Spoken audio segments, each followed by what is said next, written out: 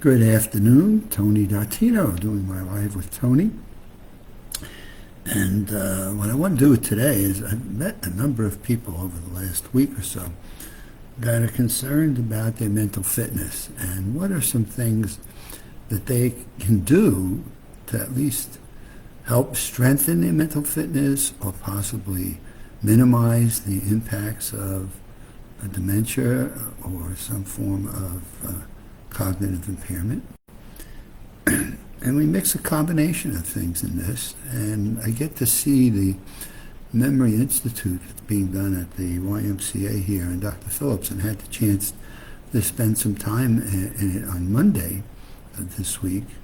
And I just continue to stress to people, and I see it as evidence in the workshop that's being done at Dr. Phillips YMCA, and that's social interaction.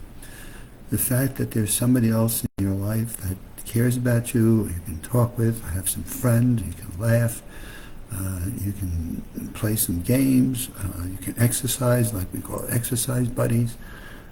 I think we continue to underestimate the impact of social interactions on our mental fitness. And I know sometimes people feel like, well, gee, I don't want to bother people, I don't want to be intrusive, I don't feel comfortable.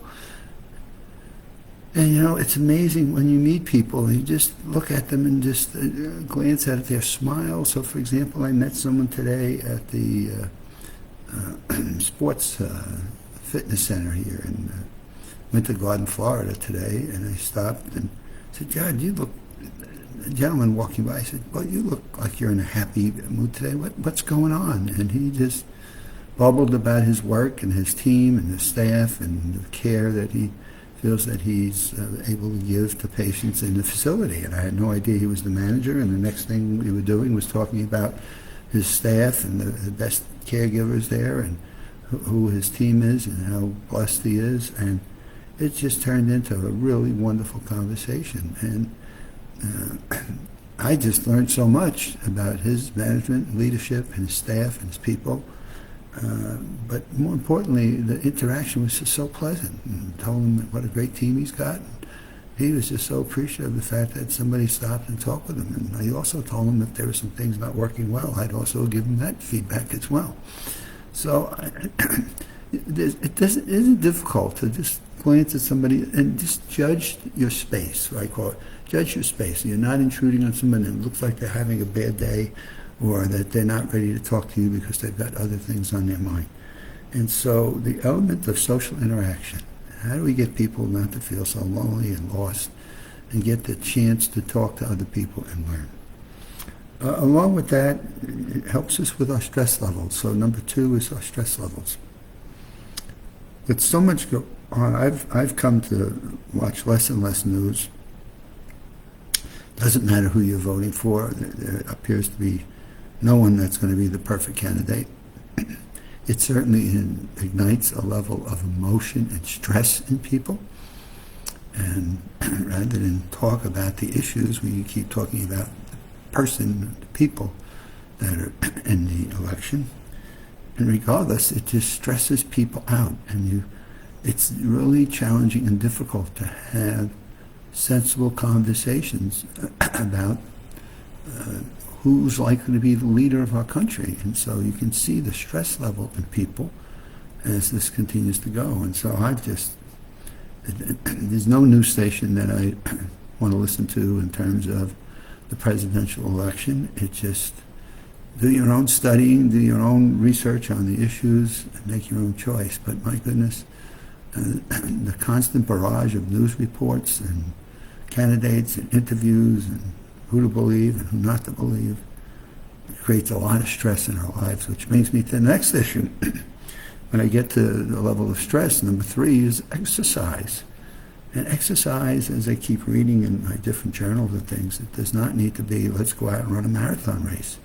It can be some bands, right? There are all kinds of elastic bands you can use to stretch and stretch out your muscles and things. And there's all kinds of 3-pound dumbbells that you can do, just minor, just lifting some weights. I was just reading an article on some of the fundamental weight programs and helping to build some of your Not you have to be muscle bound, but to have to keep your muscles active, because it tells your brain that this body's still moving and alive.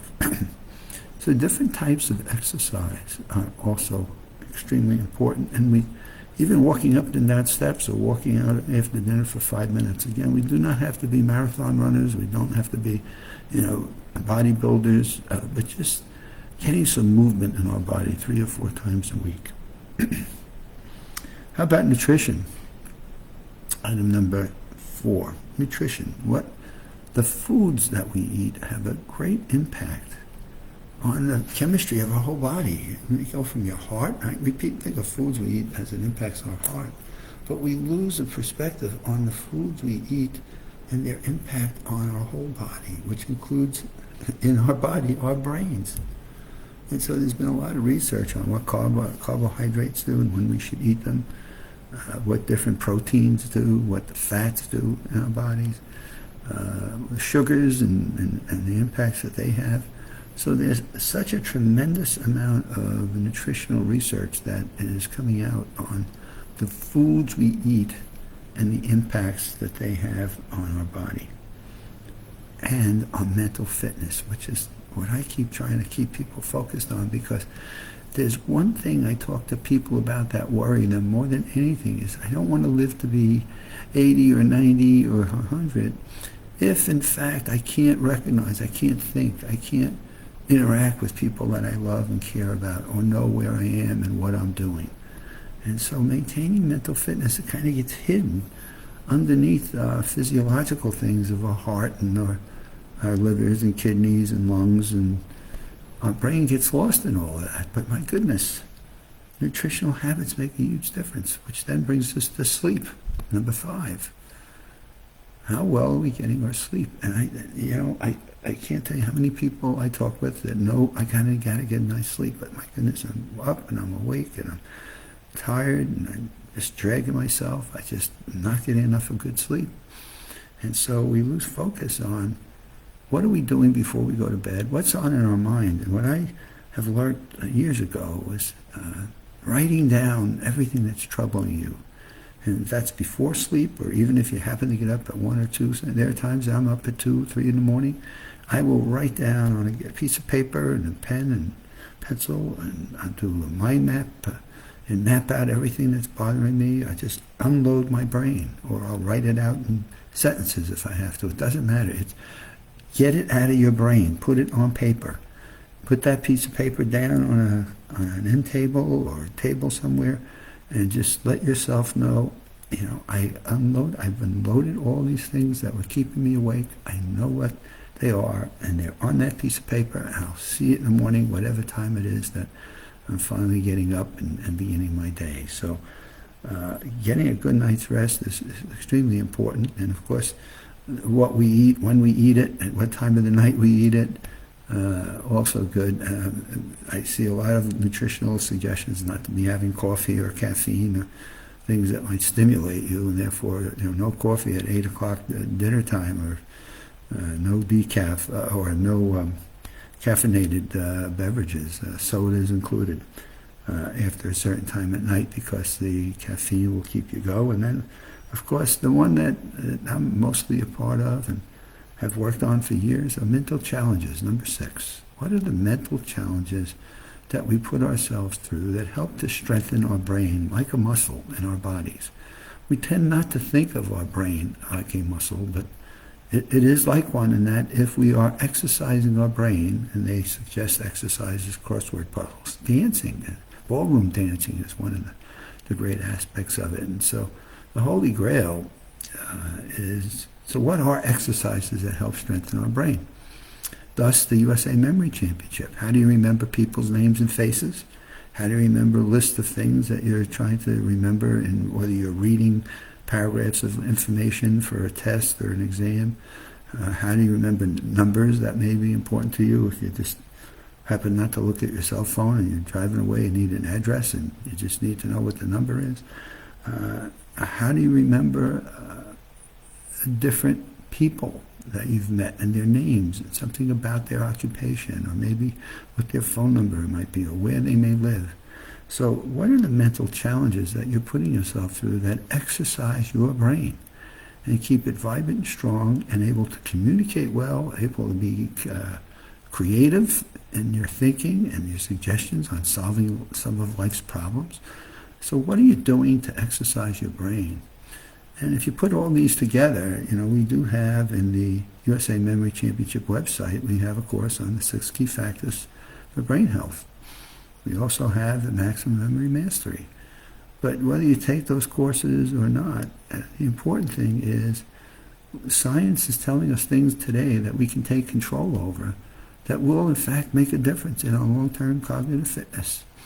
And so to that degree, on November 10th, we're at MIT in the Kresge Auditorium doing a special celebration of 25 years of memory. Mental athletes that have competed over these years and have demonstrated that there are skills you can learn and they make a difference in your life. So check out our YouTube website after the 11th of November and check how these men and women have learned how to improve their memories and how they apply those to different pragmatic activities during their life. And we're through the middle of the week, so we're up to Wednesday, and we'll see you back here on Friday and continue to have a good week.